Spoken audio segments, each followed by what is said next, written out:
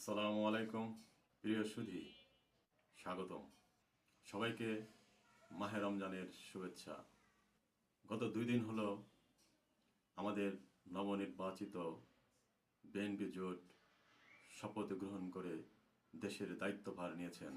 নতুন সরকারকে অভিনন্দন এবং বিরোধী দল জামাত জোট এদেরকেও শুভেচ্ছা। গণভোট নিয়ে নতুন মন্ত্রিসভার 2 মন্ত্রীর বক্তব্য শুনলাম। এদের কথাবার্তা শুনে মনে হলো এরা যেন বিএনপির মন্ত্রী নন, এরা যেন আওয়ামী লীগের মন্ত্রী। একজন তো বললেন, কিসের গণভোট? 50% মানুষ বিএনপি জোটকে ভোট দিয়েছে, আর 69% মানুষ হায়ের পক্ষে রায় দিয়েছে। যদি 69% মানুষের রায় যদি কিসের গণভোট হয়, তাহলে 50% মানুষের রায়ে কিভাবে সরকার হয়? এটা নিজেদের বিরুদ্ধে নিজেদের অবস্থান হয়ে গেল না?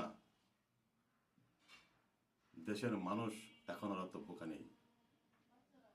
দয়া করে এসব থেকে বেরিয়ে এসে গণভোটের রায়কে মেনে নিন।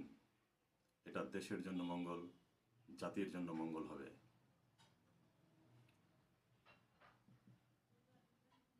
প্রেসিডেন্ট জিয়াউর রহমান এবং বেগম খালেদা জিয়া যে বিএনপি করেছেন, আপনারা সেই বিএনপির নীতি এবং আদর্শ অনুসরণ করুন।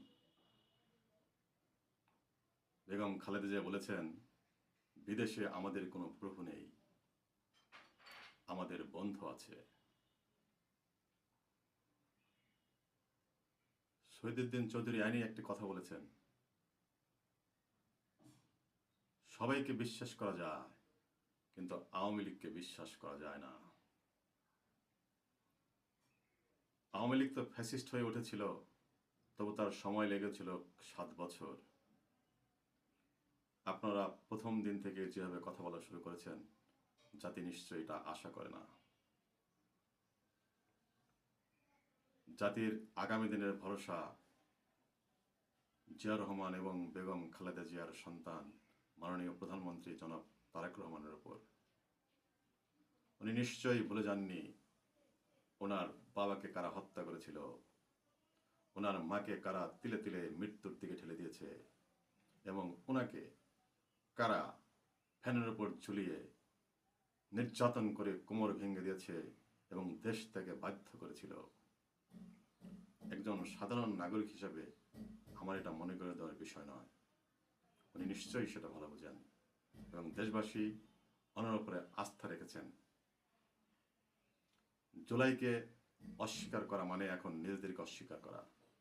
1400 শহীদের রক্ত এবং 30,000 মানুষের পঙ্গুত্ব অন্ধত্বের বিনিময়ে যে সরকার আমরা পেয়েছি, সে সরকারকে অবশ্যই জুলাইকে মূল্যায়ন করতে হবে।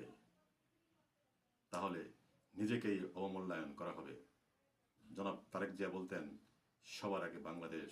আমি বলি, অবশ্যই সবার আগে বাংলাদেশ এবং সবার শেষেও বাংলাদেশ। বাংলাদেশ জিন্দাবাদ, ইনকলাব জিন্দাবাদ।